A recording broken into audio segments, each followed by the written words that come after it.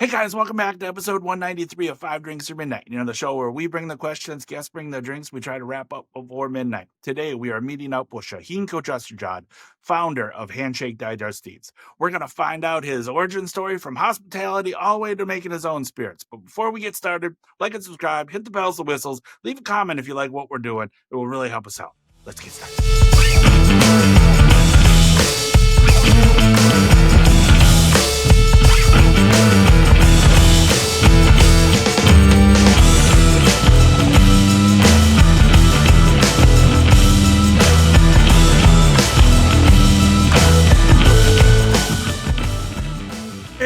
Shane, thank you so much for joining me. 5 drinks or midnight, 5 drinks, 5 questions, midnight, whatever comes first. Thank you so much for joining us today. How you doing today, sir?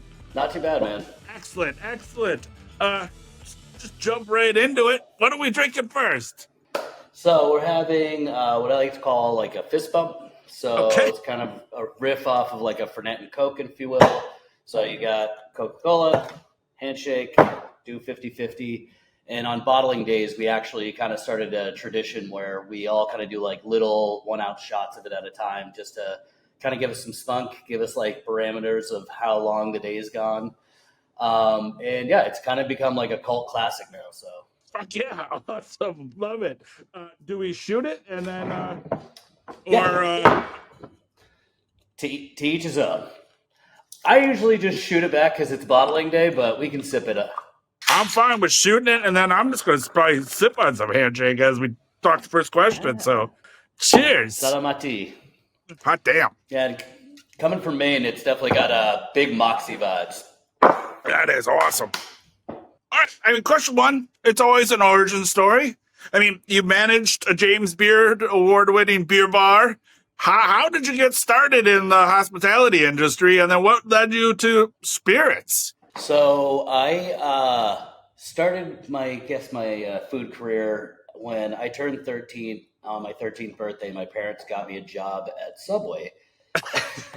So as soon as I could work, I was put to work.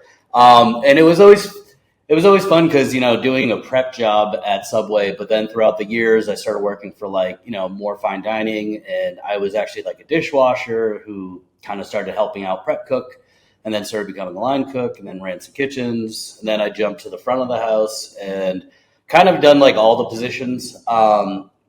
And I was really into beer and when I was getting out of college, and I ended up working at a beer bar for 14 years, became the general manager and a co-owner. Sadly, after COVID, I was no longer a part of that and had a 3-year lawsuit. But it kind of gave me a little bit perspective of like what I wanted to do. And one thing that I've been really interested in is just seeing different foodways and cultures and how those things intersect. Whether that is drinking Amari from Italy, drinking Underberg, or like Kraus liquor from Germany, or pastis from France, or Mamajuana from the Dominican Republic.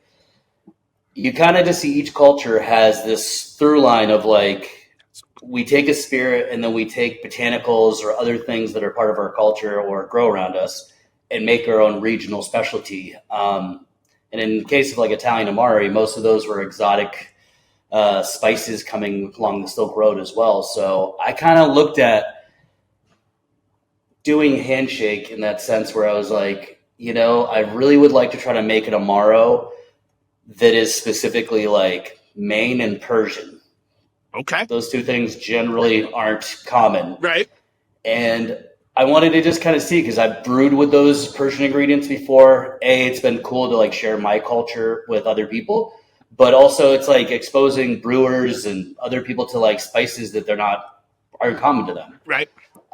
So that's when I kind of set out to be like, all right, I want to try to make a recipe. So in like 2017, I researched like over 100 historical Amari, Benedictine liquors, everything that you can get my hands on, and found like 20 base ingredients. That's where I started. And then I looked at like Maine, and I looked at Iran, and I was like, what are other flavors that I want to try to go for? And I knew I really wanted to try to hit this flavor triangle of tea, citrus, and wood. Okay. and didn't necessarily have to be tea or citrus or wood, but things that give those perceptions or flavors. And I started this like Charlie Day roadmap. Check this out. Take a look at this. Jesus Christ, That Charlie. right there is the mail. Now let's talk about the mail. Can we talk about the mail, please, Mac? I'm dying to talk about the mail with you all day, okay? Of experiments, and some were really tasty and some were fucking absolutely horrible. But I really wanted to kind of like showcase each thing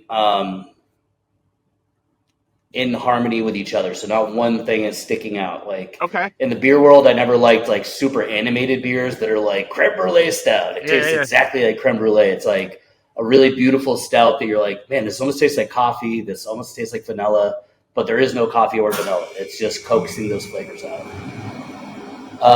And yeah, that's when I decided to really kind of buckle down on this and nail down the recipe. And now it's got 29 different botanicals, some from Iran, some from Maine, some from all around the world.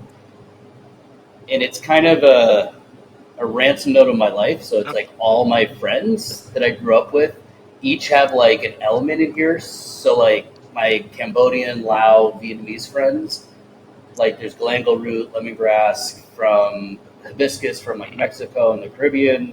And yeah, kind of, without being corny, it was like these things really are better together. Like I wasn't trying to make fusion. I'm just trying to like really maximize flavor from around the world. It doesn't need to be historically this or historically that. Okay. I just want it to be Handshake. Like I'm not trying to be anybody else. I just want to be Handshake. Nice. I love the. I guess you're describing it as a Persian Maine kind of flavor. What it like, and then the ode to your friends. But for you, like, what? How would you describe that flavor? Like, because again, on paper, it doesn't like seem like everything that you rattled off doesn't seem like it should work, but it really does fucking work. It's really nice. Like it is just. Thanks, man. I mean, it is like again that you get those notes that you were talking about, but yeah, to you, like in your mind, what is Persian Maine flavor? And that was the big thing. It's like was really thinking about like I said, in past beers that I brewed, because I brewed like all around the world, got to really see some really cool ingredients. And some of the stuff that I was brewing with in Maine, like a spruce tip beer, for instance, it was super fruity. It wasn't what I thought it was going to be. And I love Braulio, but that can be on like the super pine pitch kind of levels of like woodsy. Yep. And I wanted something that's like fruity that has like an underlying woodsy flavor to it. So you're getting some of that kind of sappy, woodsy kind of flavor, but not overpoweringly like licking a Christmas tree or a balsam fir. I have a really good connection with hops in Maine, so I instantly grow my own hops. So I was playing around with whether it should be whole leaf, wet, dried, pelletized, aged, everything. And it's pretty interesting, like how each way you kind of tweak it. So like you pluck a fresh hop, put it in. If you take one that's cured and you take one that's like pelletized, there'll be three separate things completely. So that's when I kind of like went down the rabbit hole of being like, what is the best process and the best ingredient? Okay. Were you always kind of like a big Amaro guy? Like, again, you know, the handshake, like they always say like doing, you know, a shot of Fernet or whatever is the bartender handshake. Were you always a big kind of bitter? Like, was that your flavor profile? Yeah, it's weird because like I did 23andMe and it says you're like genetically predisposed to not liking bitter flavors. Okay. But you know, I feel like the origin story of that is like I drank a fucking shitload of Jaeger. Yeah, Jaeger is the original. Like right. That is the first herbal liquor that anybody, I assume, has really tried, unless you're Italian and you've had like some buca in your house. Right. But it was those things where I always kind of like dug those, and you know, when I was 19, I kind of started finding like more and more esoteric spirits around, and was playing around with those. And then it was really eye-opening when I was, I think, 20. I went to the Dominican Republic. Actually, no, I was 17. I drank Mama Juana down there, which is like an aphrodisiac. It's a bunch of botanicals, and each town has their own recipe, but you mix like rum, honey, and bark and a bunch of roots and herbs and age it, and it's like a herbal, delicious, essentially an amaro, but it's more for like making you strong. Fucking. I love that you did the hand gesture. Very potent. Yeah.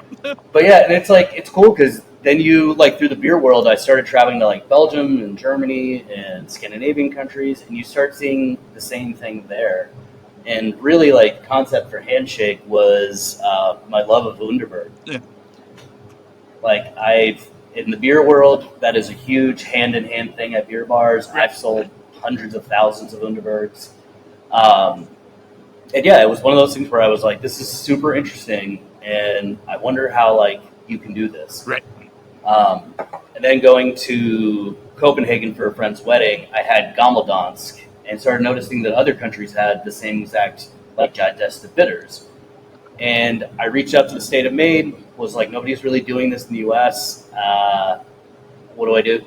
And we went through the federal process, worked with the state, the city, and everybody. Oh, wow. And That's awesome. it sucked because I was like, just wanted to be ultra transparent, but like, since there wasn't a reference point, it was a lot of like navigating and working with them to see like if it was possible or not. And I got a formula approved. I even asked the state, I was like, before I do this, what do you want me to do? Like, I'll do whatever you guys would like. And they're like, no, you're good. You went through the process. You're good to go. So, and it was cool just because it got to the point where I just kept making these experimental batches. Like, I got up to like batch 80. Wow. And my wife was like, dude, just fucking stop. Like, go taste out some of your friends who are bartenders and like get out of the house and like, it's not ready yet. It's like, not ready. It's like my magnum opus. I'm not. But it was cool because baby. I just was like, you know, like I had just left like my other career. It was kind of like a rough time in my life, and I was like, kind of, I was saying like my MF Doom days where I was just like, I'm hiding from the world and just working in my laboratory. Yeah. But my wife was like, dude, just go out there and like say what's up to some friends and like taste them out. And I ended up tasting like 120 like bartenders, chefs, line cooks, dishwashers, skateboarders, like anybody, because I wanted a pretty large swath of like very respected palates, but also just like your everyday person, what their perception was going to be. And it was cool. It gave me a lot of like insight. That's and awesome. It really helped navigate like what the final product was going to be. I guess, like you said, you had 80 variations. Are there any of them that you're like, hell fucking no, I'm glad that's done? Or are there any like, you're like, oh, what if? Like, maybe, like, Are you still making variations? Or is that the... So I still am making variations, even though, like, I can't... Because it was one of those things where I'm like, citrus, for instance. Yeah. I kind of just did it with orange at first. And then I was like, I wonder if I use, like, Tangelo, what the difference would be. I wonder if I use Manolo, I wonder if I use Clementine, if I use, like, exotic, like, Budazan. And started just, again, going down that rabbit hole. And it was cool because each of those things either taught me, like, either this is not good in this amount, or this is just doesn't need to be part of the party, or, like, holy shit, you just hit the thing that's, like, changes it completely. And I ended up going with Cara Orange just because it had, like, the less like bite and pithy and sharp bitterness, and more of like a sweet aromatic. And I already had enough like bitter citrus in there that I was like, I don't need to kind of like keep compounding. I want something to like round it out and soften it up. Okay. Now I'm like absolutely obsessed with like Cara Orange. So. So maybe a new version coming. Like, again, not looking for industry secrets or anything, but maybe different variations coming soon. So I'm working on two different things, like a concept called Shab means night in Farsi. Okay. So something for the fall and winter that's more like dark fruiting, probably more on the darker like cola fernet side of things. Okay. And then I want to do Ruse, which will be a beach rose pomegranate like aperitivo kind of bitters. And that one I would really want to like showcase the shit out of the citrus, and like especially it will be ideal because I can work within seasonality. So when citrus season's happening, I'll be making it in the dead of the winter, getting it ready for the spring and summertime. And the tests I've made so far are pretty Fuck yeah. fucking awesome. Well, if you ever need a taste tester, you just let me know. Like, it's... Oh, I'll let you know. Yeah. All right, well, there we go. That's question 1. So cheers to you, and on to question 2. Absolutely. Question 2, drink 2. What are we drinking? So we are drinking Oxbow Surf Melon, which is going to be kind of like a tart farmhouse ale with watermelon, sea salt, and lime.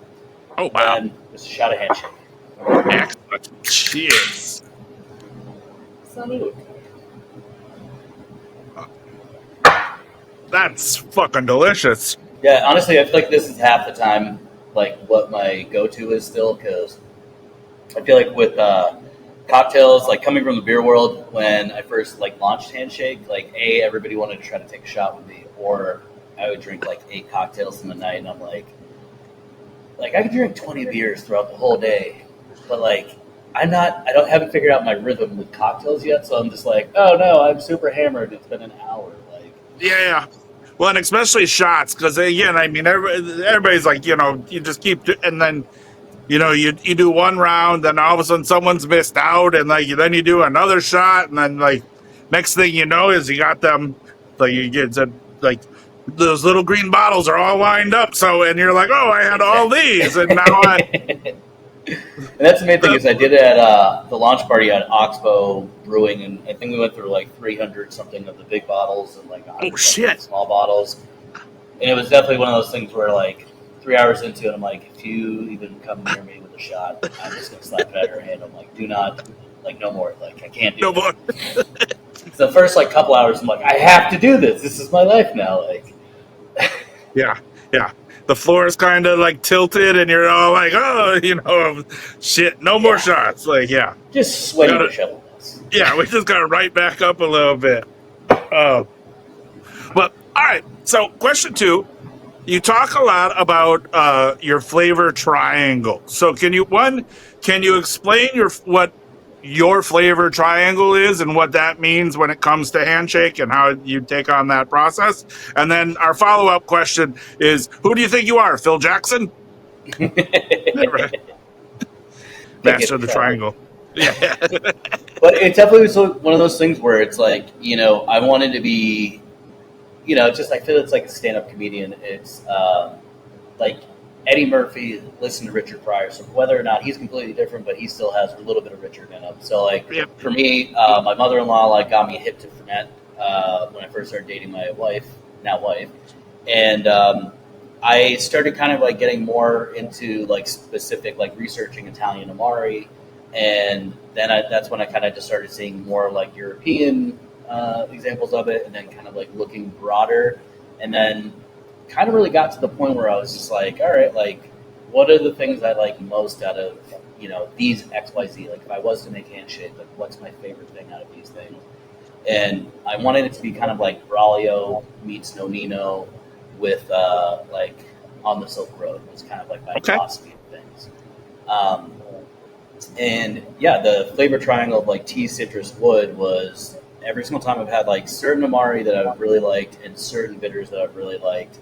Have always had this kind of like marmalade element to it, where it's like a slight toasty citrus flavor. So I wanted to try to have that. I love Braulio because it's just like shows a region so much. It's like this literally tastes like the fucking Alps. And when I've brewed with spruce tips before, I've gotten that same feeling. So it kind of was like the click in my head. And tea, that's just part of life as an Iranian. It's just tea is constantly a part of your everyday routine. And there's been some kind of older, less known like Amari brands you try that are almost kind of like black tea notes to it. It's like tannic, kind of almost get into that cola flavor. So I was like, all right, I'm gonna set out to try to do this, and like I said, I came up with the 20 base ingredients that I thought were like classical to the category, and then was just like, fuck it, like, what are other things that I want to do that make it like my own? And that's when I kind of started really trying to emulate anything, and it was just like, all right, just stick to the flavors of those things you like, and then like figure out your own way to do it. And there's an awesome cookbook. I don't know if you've ever seen it, the Flavor Bible. Yep. It's just encyclopedic. So Yeah. I kind of started being like, all right, I have this in here. What are like flavors that complement this, that amplify and detract? And like I said, the Charlie Day string started happening. Sylvia, this name keeps coming up over and over again. Every day, Pepe's mail's getting sent back to me. Pepe Sylvia, Pepe Sylvia. I look in the mail. Well, this whole box is Pepe Sylvia. And yeah, some of the things, because like when you write something on paper and you're like, oh man, this is gonna be fucking awesome, and then like in practice you're like, this is pure dog shit. Yeah, Bill. But I feel like it takes those moments because like sometimes things do kind of like illuminate and start making sense, and you're like, this is like beautiful. Like I love the texture of the way this is reading. And when I actually kind of like reached out to a friend who worked at Law's Whiskey House, he was working on an Amaro. He's the head distiller over there. He was like, hey, I've got most of those ingredients. Do you want me to kind of just like whip up a test batch and send it out to you? He's like, I still have like most of the stuff for my testing. So he, Sam Poirier, shout out Sam, Law's Whiskey. He made like the first recipe when I sent it out to him, except he didn't have like spruce tips, so he used like juniper, and he didn't have something else, so he added like caraway and kind of changed it. And it was cool because it wasn't like what I wanted, but I was like, oh, this actually kind of works. And That's awesome. That was like the 2017 first ever like attempt at it. And I gotta say, it was like objectively pretty fucking good. Like I was like, I think this is like good. Like Yeah. I wonder if I kind of keep fucking with it, like if it gets better. And just throughout the years, like I said, like every year I used to do yard Amaro. So there'd be like certain things that grow in my yard, and I'd just make like an Amaro out of it. One year I added way too many hops, and it was like ungodly bitter. Like I tried adding like sugar to it to see if that would like calm down the bitterness of it. That did jack shit. It was just super bitter and super sweet. So then I added like vinegar and some other things to try to counteract the bitter flavor, and it just literally turned into the grossest thing ever. And like after 9 months, I was like, "Fuck this thing! I'm just dumping it out now." So wait. What is yard Amaro? Like, I mean, I assume it's everything that you find in your backyard. Yeah, exactly. So it's just me like sitting there, and I'm like, I feel like that's like lemon verbena, and then like kind of check it out. I'm like, yeah, apparently I have like wild lemon verbena growing in my yard, and I have sage growing in my yard, and I have like wild mint growing in. And I was like still like learning a lot at that time too. So I remember drinking a rhubarbaro Amaro. So I have a rhubarb plant, so I just added rhubarb, and then later on found out it's actually not rhubarb. It's like rhubarb root. And I was like, oh, that actually kind of makes way more sense because it doesn't really do shit. It's not that good. Like, but yeah, it just made you really kind of like interested. And I remember in 2019 going to Oaxaca, and I remember these roadside mezcalerias. Like we were just like pulled up. I remember we were drinking Joven, we were drinking everything else. And then I was using my super shitty Spanish, and I was like, "Tienes amargo mezcal con herbas?" She's like, "Sí," and I'm like, "Yeah, sí." And then she started like pulling out these like Coca-Cola bottles with like different herbs, and it was really really cool because then it kind of like again I'm like, this isn't just a European thing. Like, this is literally like many cultures from around the world, whether that's a snake wine in Southeast Asia, XYZ. Like everybody's got their own spiced alcohol of some sorts. And especially like when it comes to like the medicinal traditions of it too, it's like like Wunderberg and Jägermeister and all that stuff is like literally it's medicine. Yeah. So that was one of the things where I remember like my mom used to give me some ingredients that I used in Handshake when my stomach was upset, like having like Moroccan mint tea makes sense. Yep. So adding those elements to it as well, where I kind of just wanted to make it my thing because, like I said, it's easy to replicate somebody else or try to knock somebody else off, but I feel like I just wanted to do something that like represents like me as a person, whether that's my Iranian heritage or me as a person who's a Mainer.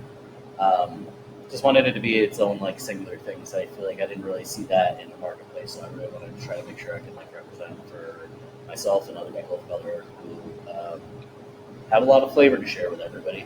That's So we just want to make sure we can bring it all together, you know. that's awesome. And then too, you said like at the beginning of the question, your mother-in-law got you hooked on Fernet. Like how I'm curious on how that kind of came about because So my wife's family's from Westerly, New York, and they've all worked in restaurants their whole lives. And I remember when I went down to Westerly, Rhode Island, to go visit them, big Calabrese Italian population, and a lot of Fernet, a lot of Fernet. And yeah, I just remember the first Thanksgiving, I cook, my mother-in-law cooks. My wife doesn't really cook that much, so my mother-in-law and I are kind of like bonding. We're cooking, and she like pulls out a bottle of Fernet Branca, gives me a shot, and I was just like, "Oh fuck!" It was like Malort face. Like I just remember going in the living room, being like, "Dude, what the fuck is wrong with your mom? That shit is super gross."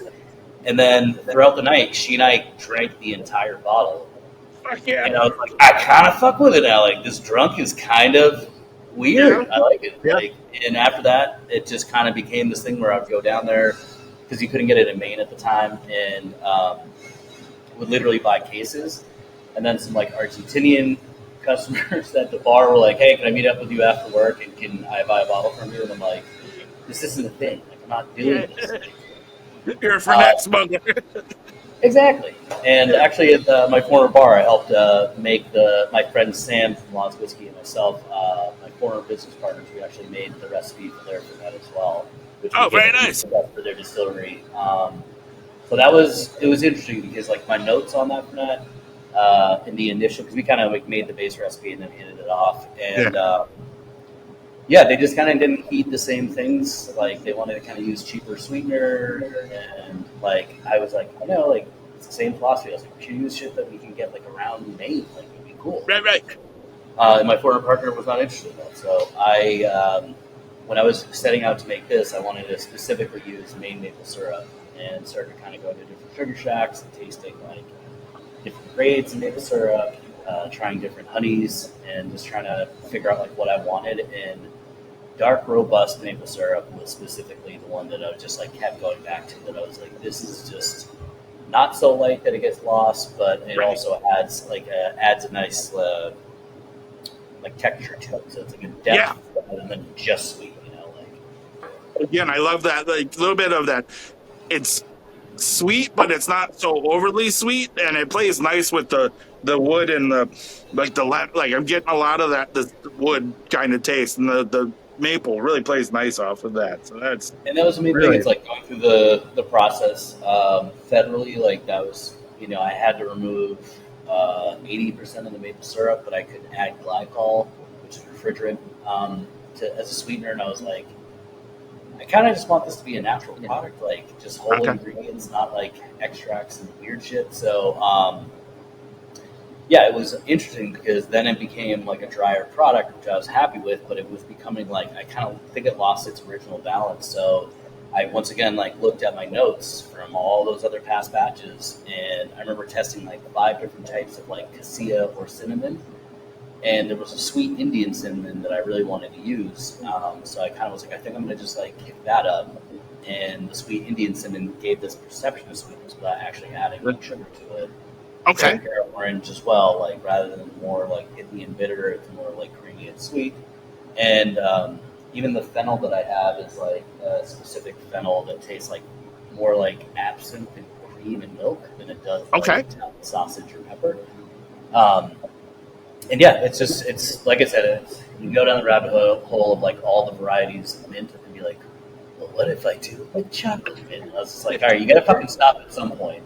Yeah. But in all those notes, it was cool because like when I did hit a problem or I was looking for inspiration, I was like, let me just check the notes because it might have tasted like shit in combination or in conjunction with this, but like in a different application, it could actually be. And I think like my brewing and my cooking background kind of came in where I was like, all right, like depending on how you treat the ingredient, what point to add it or subtract it is like how it can you can coax different flavors that you're trying to get.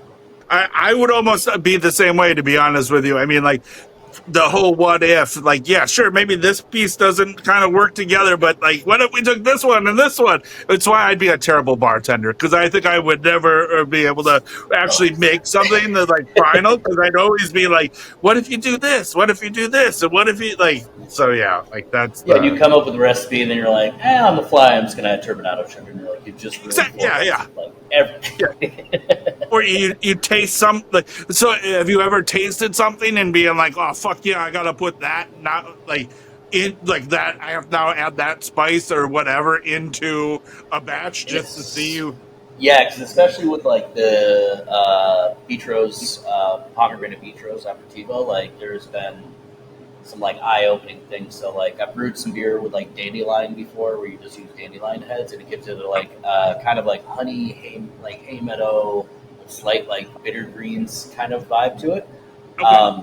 So yeah, this year we rolled a bunch of joints, went out to one of the local parks that doesn't use any pesticides, and just hung out and picked Indians all day. So, and the experiments were coming out really nice because I was like talking to some older kind of like farmers up here, and they were kind of telling me about like dandelion wine, and I was like, all right, so like I'm not reinventing the wheel. It's kind of like finding things of the past and just new applications.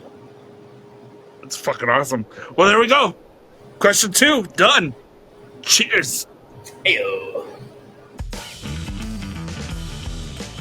All right, question 3, drink 3. What are we drinking?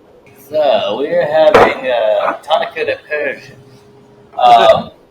So there's an awesome place here in Portland called Sicily and Daughters. It's like a great tea shop, and they are carrying a tonic from Belladin in Italy. I've found that this is the best thing for any type of like tonic. And my friend who's an importer hooked me up with some, and now I've just been, this is like literally the drink of the summer because A, it's super easy. I don't have to do shit. And B, it just tastes so good. Oh, hell yeah. Well, cheers, bud. Cheers. Oh, it's so good. Oh, yeah. Yeah, it's just hidden. That's fucking delicious. Yeah. And that's the thing. It's like I was saying, like kind of coming from the beer world and now going to like any type of events with Handshake. This is kind of become my secret weapon, where it's just like a handshake and soda or a handshake and tonic, and I'm like put in a half ounce of handshake, just fill the rest with tonic, so I can actually hang out here for 6 hours. Man, that's like, awesome. Have a couple of cocktails, chill out, but also just be like hydrate and yes. Don't get too hammered. It is not it's what is it? It's not a sprint, it's a marathon kind. That's the no, nobody wants to be the drunk guy in the corner at 8 p.m. You want to be the guy standing at 3 a.m. or whatever. So yeah, like exactly. that's especially if you're like promoting your brand, just because like as a bar owner, I've seen it a million times when like the rep is outrageously fucked up, and it's just kind of like fucking up the vibe. You're like, hey, you guys want T-shirts? And it's just like my goal is like to be like, hey man, like, just be chill, like be yourself, and like I don't like myself when I'm ham bone sloppy shit faced drunk. So it's like moderation, enjoy yourself, but also you're representing a new company. So. Yep. That is I really yes, we've all been there. We've all mismanaged our cocktail intake, and but like it's happened to the best of us. But two, like there's nobody likes just a drunk idiot at the end of or not even like halfway through the night. Like maybe at the end of the night when you're all that way, that's perfect. But and I just start like anxious drinking, where I'm just kind of like. It's encouraged to walk up to these random tables and be like, hey, people enjoying yourselves, do you mind if I fucking interrupt you and tell you about my brand? It's like, that's why I kind of just being like, try to just be chill, have a drink to relax, but then like just start a conversation naturally, because I feel like coming from as a bartender, now having to sell, I'm a horrible salesperson. Apparently when I'm trying to just like play that game, and I've just kind of gotten to the point where I was like, fuck it, man, just like talk to them like they're your friends, because they're bartenders at the end of the day. They're like, don't show up when they're 5 deep at the bar and be like, excuse me, can I talk to you about something? It's like, no, show up like 20 minutes before open, give them a sample, and give a bunch of samples out to the kitchen staff, and then just get the fuck out of there. And be like, hey man, have a good day. Piss off. Just have that's. Yeah, I think the main thing. I think a lot of us just don't like to be sold to, and like when somebody's selling you, you're like, god damn it. Versus if you're like, oh, this person's pretty cool, and this sounds awesome. Like, I'm excited about it. So I feel like staying true to myself. That seems to work a lot better than when I'm like, Mr. Salesman, coming here to sell you something. Well, I mean, too, like being in the industry, like the hospitality and managing, like before, like you kind of know what you hate, and I think that makes you probably a better salesperson than actually being, And that was the main thing. It's like I really wanted this to be like representative of like industry folk. So it was like, hence why I tasted out so many people. And once I started doing that, because I have like a sociology background and also like ended up doing marketing when I was in college because I realized there was like no job for sociology.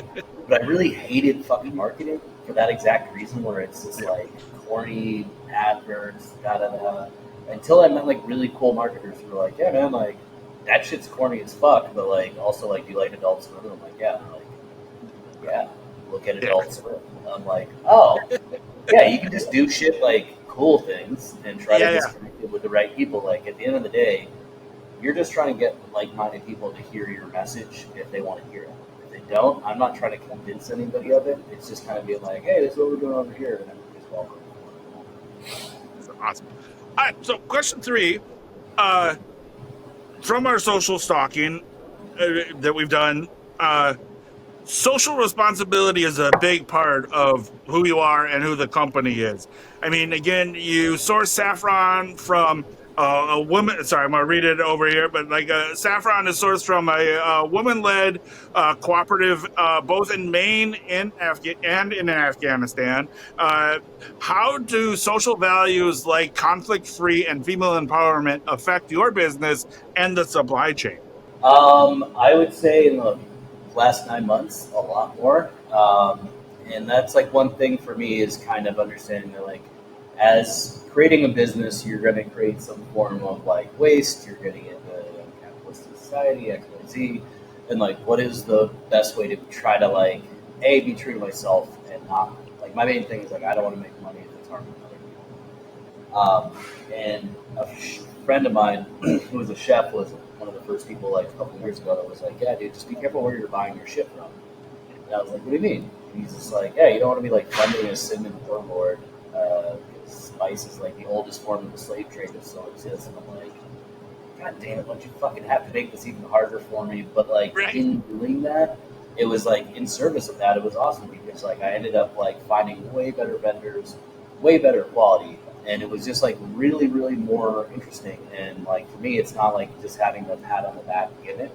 It's like being like, no man, like if you can pay an extra $1 a pound and give somebody a living wage on the other side of it, like great. You can figure out like I really knew these might not all get recycled, but it's 99.9% plastic free. So the only parasol liner underneath was like rice washi paper, local beeswax, an aluminum cap, compostable labels, and a glass bottle. Just because I knew that at some point they'd probably somewhere in the supply chain it might not end up where it should be, and if it does, it will just be a glass bottle. It won't be plastic breaking down. So that was one element of it. And then, like you said, just kind of social responsibility of it. As I started, I kind of started connecting with more and more like-minded businesses. Mina Sahar Saffron is one of the saffron vendors that I use, and she's super rad. She just hit me up on Instagram and was like, hey, I'm from Afghanistan. I live in Brooklyn, but I spend half my time in Maine. And she's like, I'm actually working with my family out there, and we have she's like, it's a female company. This farm pays women who historically pick saffron like 5 times as much as the average saffron picker, and it's trying to give like financial autonomy to women in Afghanistan, especially since the U.S. left and the Taliban's moved back in. And I was raised by my mom here in Maine. My parents got divorced when I was younger, and I just remember seeing how hard my mom worked and busted her ass. So I just knew that it was important, especially like leaving Iran. She was like, a Spitfire at discotheques, listen to ABBA, and then all of a sudden, like, on the drop of a dime, the Islamic Revolution happened, and she had to, like, wear a job and be quiet. Gotcha. She kind of never did. So it's one of those things where I feel like it's like in honor of my mom. Like I want to make sure that if I can help other women in Afghanistan, and it's an amazing product she has. Like it's a win-win for everybody. I got to help out a friend who's really starting with something awesome, and on top of that, I get the benefit of getting some more best saffron. Yeah.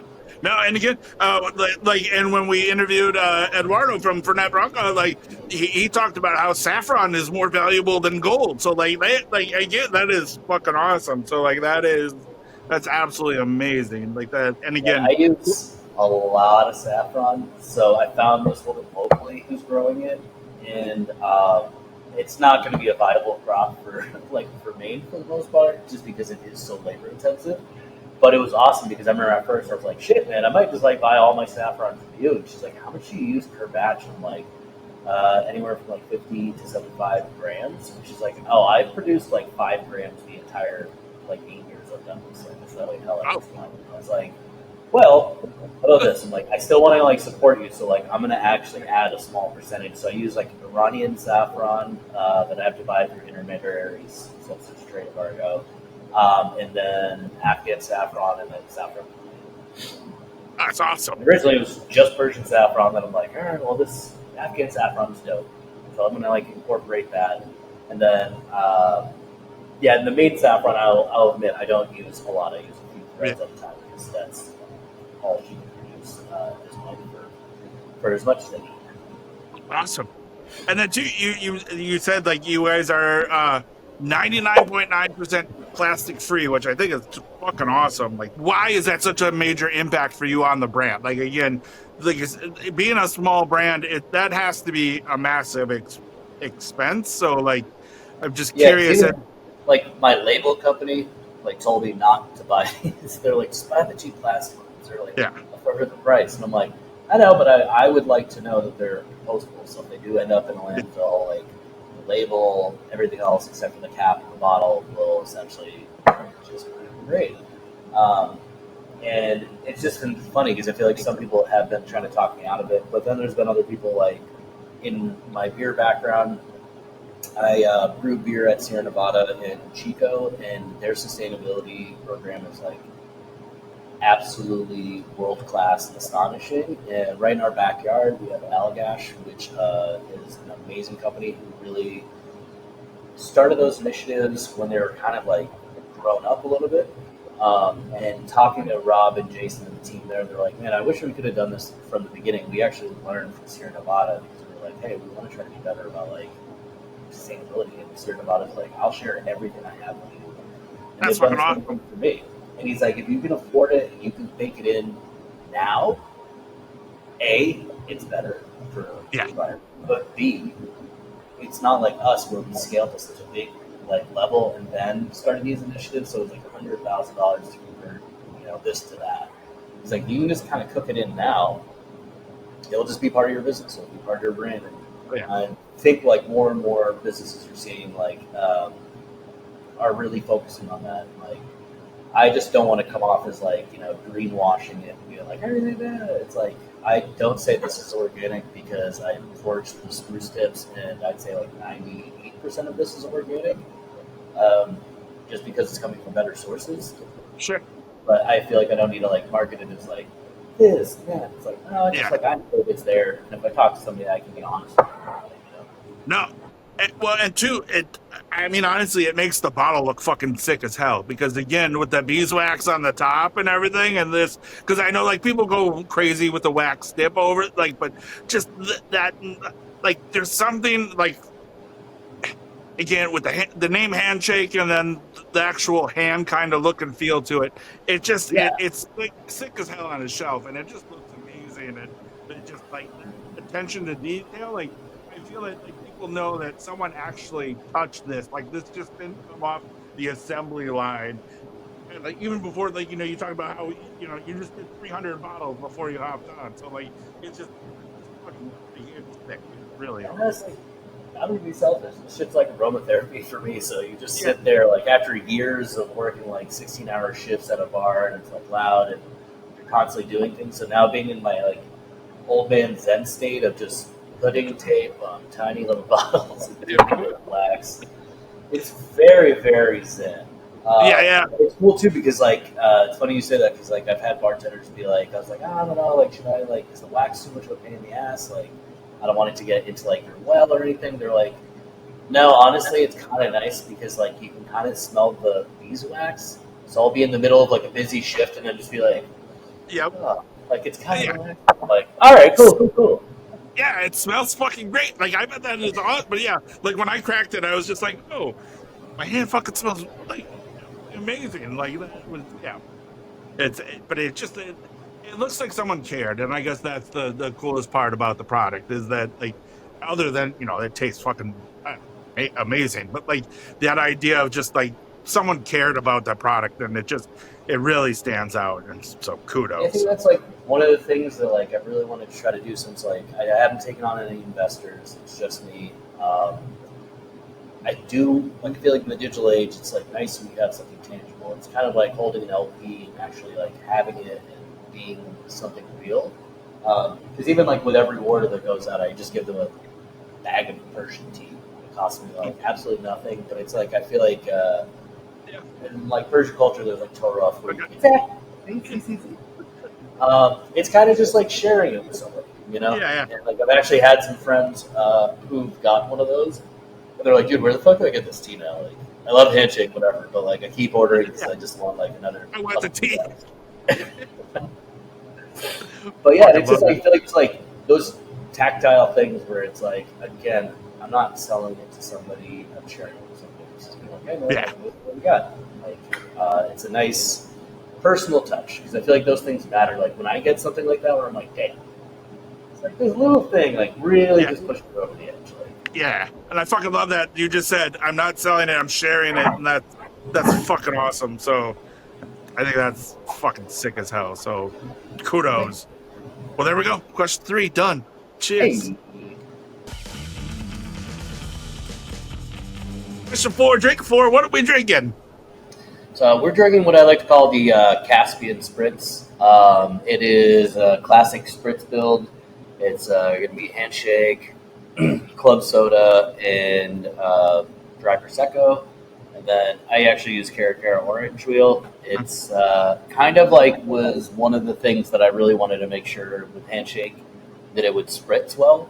I love it. I love a spritz, and it was one of those things where each of the variations we did this as a test because like if it didn't taste good in this format, then I was like, I don't think this is like what I'm going for. And I honestly think this is like my go-to as far as like when we're like if I'm entertaining or anything else like that, just because it's like approachable, it's easy, and on top of that, I think it's quite delicious. It's almost kind of like an Arnold Palmer meets a Spanish like vermouth spritz. All right, awesome. Cheers. Smoothie. Oh fuck yeah, that right there. Why didn't we do this in the beginning of summer? I would be fucking crushing those all summer long. That is fucking delicious. Especially, I feel like, being such a touristy town too, it's like, I feel like Aperol Spritz is having its like moment. And as much as I love like Aperol Spritz, or I don't really like Aperol Spritz, they're like so sweet. So I wanted to kind of create something that could be like, hey, like a local Spritz, but also could be a little bit dry. Like, you still have the low alcohol element of it, but you don't have to have a sugar headache at the end of it. Nice. Because I remember actually when I did that trip to Copenhagen, I didn't realize like how much Copenhagen like loves Aperol Spritz. Like every 7-Eleven had these Spritz kits. There's an Aperol Spritz like 7-Eleven street fair that we went to. By the end of the trip, we were all like, "Yeah, we love Aperol Spritz, but like seriously, man, that shit is so fucking sweet." Like, yeah, no more sugar, please. I need more Caladons. Yeah. All right. So, question 4. It's really a difficult one, but what's next for you guys? Like an interview you did with the local news came across my YouTube channel or just my YouTube feed. Maine has a strong cocktail culture, and in addition to traditional liquors at your bar, another beverage is popping up more often: digestives. They originated from ancient medicine and are meant to settle your stomach after a meal. One man from Portland has started his own brand among long-standing imports, and David Guilford bar hopped to learn why bartenders across Maine are buying in. And I was like, I need to fucking talk to this dude. And like, it just was an amazing story. But like, what's next for you guys? I think like right now it's like I'm really honored to see like where I'm at. As a one man show, like I've had some friends volunteering, and I'm really excited that I've been able to like start paying some of those people occasionally. And I think really just kind of like now that I have a year under my belt, I kind of understand where I fit in the market. I understand kind of like, what my overhead's going to truly be. I really want to kind of focus on not only making ruse and shab, so the aperitivo and the kind of digestivo, but also a happy accident when I was doing some photography for Handshake. I just needed like professional photos because my iPhone photos were looking like garbage. I had a friend, Nicole Wolf, come in. She was doing some photos, and she's like, "Yeah, can you do like a yellow cocktail, something like margarita-ish?" And I was just like, "Yeah, I can like whip something up," but I'm like, I don't really have like produce or anything for garnish. So I was like, "Fuck it, I'm just gonna go inside like my spice bin, and I'll like whip something up." And I ended up taking like Persian limes, Persian sumac, and sea salt, and like buzzing it up, and use that as like a black streak on the glass. And then throughout the day, we were just like taking mezcal shots and like using the tahini. And everyone's like, "Yeah, dude, this seems like a Middle Eastern tahini. Like this is fucking super tasty." And so I made a bigger batch of it and started kind of handing it out to some like friends who were bartenders at like Mexican joints, being like, "Hey man, like here's a little something fun that I'm playing with." And then it kind of like slowly, more people started asking for it. And then a friend of mine who I grew up with, his family owns like a small like green grocer around here.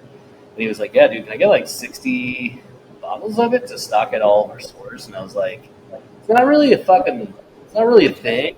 It's like something I kind of just did. And they're like, he's like, "Well, I want to buy it, so you want to sell it to us?" And that product is now heat. There we go. So, like I just made like the official batch like a week or so ago to sell to everybody. And my mom recently passed away, and $1 of every bottle will be going towards like the Hummingbird grant that we set up for my mom. So every year, a woman in Portland who's an immigrant woman gets like $1,000 towards either higher education, starting her own business, or professional development. Okay. And I thought it'd be kind of a cool way because I'm like, I don't want to co-opt tahini. That's very much like a Mexican culture. This Right. is similar but different, and I really want to try to make sure that I'm not that this can kind of do good if it's a happy accident, and it can help kind of keep topping off the Hummingbird grant every year. Then it'll be rad. Plus, everybody I've handed it out to now is it's kind of awesome to see like what everybody's sprinkling it on. Like I literally put it on a bagel the other day and was like, I'm not gonna lie, this is pretty fucking good. I mean, it sounds fucking amazing. So like, that's Yeah, like my Dominican friends, like, "Yeah, man, I'm just adding it to like rice and beans now." Like my other homie is just like, "Yeah, I'm putting it in like my fried chicken dredge." It's like just adds that limey pop that you're looking for. nice. So yeah, it's apparently I'm a spice lord now. And There you go. Big of spice. There you go. But like I said, I meet so many like great vendors that you do keep getting exposed to different stuff where you're like, "Oh man, this is fucking," and like the creative juices like keep flowing. You're like I'm working with Burlap and Barrel now, which is like an awesome spice company. It's all single origin heirloom spices, fair trade, everything. But on top of that, they just have like really awesome shit that I was just like on their website. I'm like, silk chilies. It's like a Turkish fried Aleppo pepper. I'm like, yeah, send me some samples of that. I'm gonna fuck around with it, and that ended up in heat as well. And it tastes. It really was the thing that kind of like kicked it over the edge.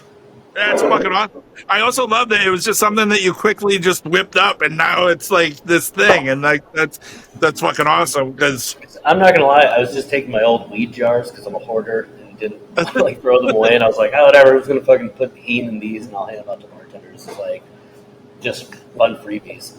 There you go. Perfect. But now people are like, again, fucked around and started a business. Yeah.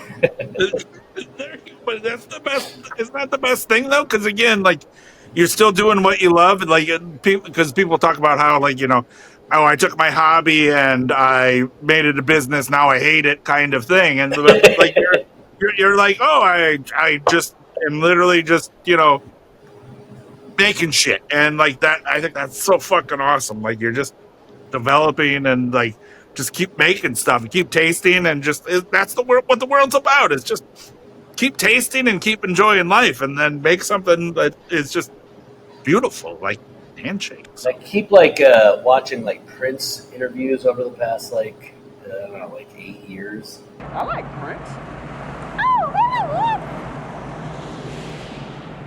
And it's just interesting every single time I hear like Prince talk, where it's just like, yeah, man, like if you do too much of the business, you lose creativity, and if you try to only focus on the creativity, you get fucked over in the business. It's like own your shit, and then get to do whatever the fuck you want. Because like if it fails, it's your failure. It's not because you failed because you did something else that somebody else wants. And I think for me, having a creative outlet, it's shit. Even just with like Handshake, like this was just a fucking harebrained idea that I had 8 years ago now, and to see it like when it finally like the first bottle was out on the shelves, I was like, dude, I made a real thing. Yeah, this is a real thing. Yeah, no, and again, people fucking love it. Like again, like it's everywhere in Maine, right? Like I mean, you are one step closer to world domination. So like, I think that's fucking awesome. And at the end of the day, like I said, it's like I really like to think that it was like a FUBU situation where it was like for us, by us, like made it for bartenders, and it still speaks to bartenders, and especially like if I know a motherfucker, like that's one thing. I'm like, it's cool that my friend's supporting me, but I also like it's so much cooler like when it's somebody I have no idea who they are. They're a bar in across the country that were just like, hey, we found your stuff. Like, I'd really like to try it, or like I bought some off your website. We want to carry it at all of our locations. It's just really, really cool to see that like people connect with it, and especially other Iranian Americans like myself who are like I was born in Iran but was raised here, so like I'm eating Gorma Sabzi and listening to like Wu-Tang Forever all at the same time. So like when I have other Iranians like that like 25 to 40-year-old range just being like, hey man, honestly this like brand speaks to me way too much. Like it is like very representative of like me, where you kind of like you're not like Persian enough, you're not American enough, you're like where are you? And it's like that's why I said like Handshake. Like at first when we were doing the label design, my friends who were helping design the label made like a very, very, very Middle Eastern label. To the point where I was like, all right guys, I gotta dial it back. Seeing like Sahara smoke lines from the heat, and like we're going too far. Like we're going too far. You gotta bring it back. That's why like I looked at like pre-revolution Iranian travel posters, 1920s, 1960s, like Italian Amari ads, like just Goya artwork, like just a mash of everything. So I want it to be like a fresh look, but it also looks timeless, because I feel like if it's like super on trend, it's gonna look bad. And like one of the other ones they did was like an extremely Eurocentric like label that looked like apothecary, and I was like, yeah, but it doesn't really have any like elements of E to it. And they're like, I know, but it's like what people think of when they think of botanicals, like old timey apothecary. Like yeah, but it's like a Eurocentric brand that does that. But I'm like, I'm not that, so like I want to try to like I just want it to be my own thing. Right. Well, and again, carpet textures, no like European apothecary, kind of like just manage the two. If people want to get their hands on it, we can order from the site, correct? Or where can we get it? I recommend going into the handshakemaine.com. You can either go to the Find Us tab, where there'll be like a smart map of like stockists all around the North America, possibly soon in Europe. Or if you want, you can buy directly from me on my website. But support your local liquor and wine store. But if you can't, check out handshakemaine.com. Awesome. Well, there we go. Question 4. Cheers.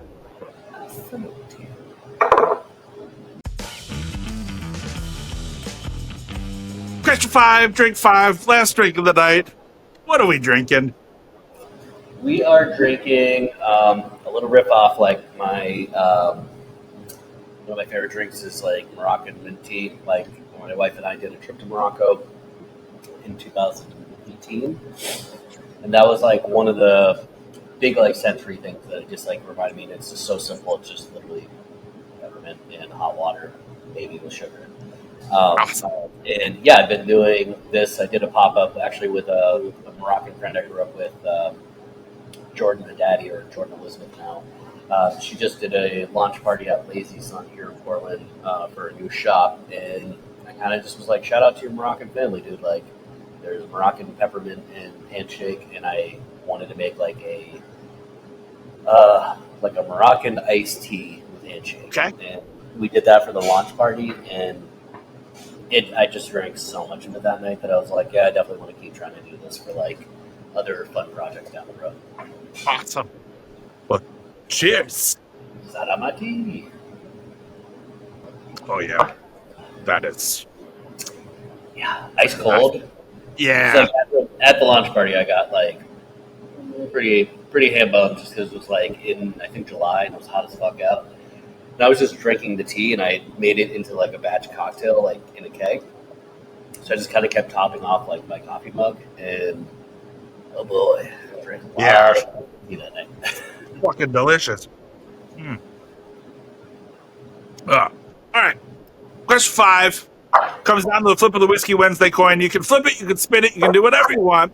The coin will give us the answer. You don't have to answer unless you are so inclined to answer. But it is totally up to you. But the coin will give us the answer. One side says fuck yeah, one side says fuck no. But question 5. Do you secretly judge people who shoot Handshake versus sipping? Fuck no. No. Honestly, man, like any way you want to get it, man, come out the mud. But yeah, it's just like enjoy it the way you want, because honestly, like I feel like a lot of people have asked that, and I shoot it, I sip it, mix it, kind of any way you want. Like I feel like the more and more I learn about like bourbon, you really like meet a lot of like the bourbon distillers down in Kentucky, and there's like, it don't fucking matter, man. Like eat it with ding dongs. I don't give a shit if that's how you like it. Like that's how you drink bourbon. And it was like really, especially at Willett, like there was a guy who was on tour. Was like, but like no ice or water. And he's like, no, I mix mine with like cheer wine sometimes. I don't know, Arizona iced tea. He's like, I don't give a shit. He's like, just drink it with bourbon, man. Like, and I feel like that's really, even in my beer career, that was like one of the things that was like always very impactful was the people that are constantly judgy or like hardcore about, like I do agree certain things should be like in reverence, but generally speaking it's like the John Coltrane mentality of like master your craft and forget everything. It's the people who are trying to be somms that are going to kind of like just barrage you with information versus the person who's like been in wine forever, really knows what they're talking about. It's just like they can break it down into like a ethereal conversation and just being like, hey man, this is like how I feel when I drink it. I can break down all the other bullshit for you, like if you want, the technical specs, but I'm just telling you like this is the vibe for right now. Yeah, this is what you should do. It was the same thing for the lemon, like the lemon producers. They obviously don't want to see you mixing with like chocolate sauce or something, but like they're like, at the end of the day, man, it's like beer. You're just enjoying it with somebody, and like the way I've always described like a lot of things in my career is like, hey man, it's future piss, like calm down. Like the most important thing is like, did it help like you enhance your conversation with your friend? Did that enhance like that moment with your loved one? Is that something? And it doesn't have to be like you sat there like, ugh. It's like you're dumping in your face on an air tube, but you remember that moment. That's the best way you should. No, exactly. Nobody remembers what you were drinking; they remember the experience. And too, like I love a good brand rep that is like, oh, you drink it with Coke. Well, that's because you like the way that the bubbles or whatever. There's something that chemically brings out, or the honey interacts with the wood and gives you a little bit more of that wood taste. Like, I love that kind of situation more, but like, oh, fuck you, you're drinking it with Coke. You're like, yeah, like, I just love that more of that experience. No one's going to be like, oh, I was drinking this with Coke and, I had a great night. Everybody's going to be like, we're out drinking. And, next thing you know, we're on a plane to Morocco. Like, it does like that. That's the legendary moment. Not that, oh my God, Steve pulled up and he was drinking something with Coke, and you're like, oh, screw Steve. Yeah. Like, yeah. I feel like for me, it's like mainly any way you can get it, man. Like any port in a storm. Like if you like it that way, enjoy it. I honestly love drinking it. Like I said, I think like the majority way I'll either have it is just like honestly handshake and soda, where it's just tonic, more soda, water, and handshake, and it's the exact way I like drinking it. And also, shots are good too, but I've learned because there's a couple like local bartenders who started this tequila handshake shot. It's like a secret menu item at a few bars, and I've just learned don't order it last call. So I'm always like, I'm gonna get everybody with the reach around because that's what they've lovingly nicknamed it. And every single time I've done a reach around, I'm like, God damn it, I hate you guys so much. Why have you done this to me? Thank you, sir. That is 5 drinks down, 5 questions answered. Thank you so much for joining us tonight. I really appreciate your time. Huge fan. Can't wait till we drink together again. Maybe in person, maybe virtually, but again, I can't wait till we drink together again. Everybody, please go order online. Get yourself some handshake, and cheers to you. So thank you so much for joining us. Salamati.